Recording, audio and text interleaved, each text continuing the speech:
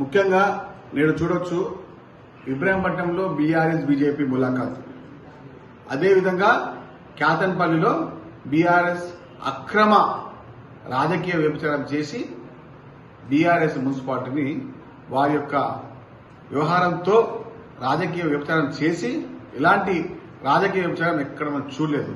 ఇబ్రాహీంపట్నంలో BRS బీజేపీతోనూ అటు BRS సిపిఐతో అని చెప్పుకుంటూ కాతన్పల్లిలో రాజకీయ వ్యవహారాలను ఎప్పుడు కూడా బీఆర్ఎస్ పార్టీ స్పష్టంగా నేరుగా ఎప్పుడు చేయలేదు, చేయబోదు.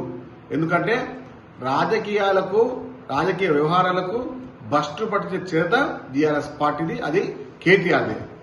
ఇలాంటి చిల్లర రాజకీయాలు మానుకొని రాష్ట్రంలో ఉన్నటువంటి రాజకీయ సంస్కరణలను తీసుకొచ్చే విధంగా ముందుకెళ్తా ఉంటే వ్యభిచారమైన రాజకీయాలు చేయడంలో బీఆర్ఎస్ పార్టీ ముందుంది. ఇప్పుడు ఈ ద్వారా తెలిసిపోయింది బీఆర్ఎస్ బీజేపీ ఎప్పుడు ఒకటేనని.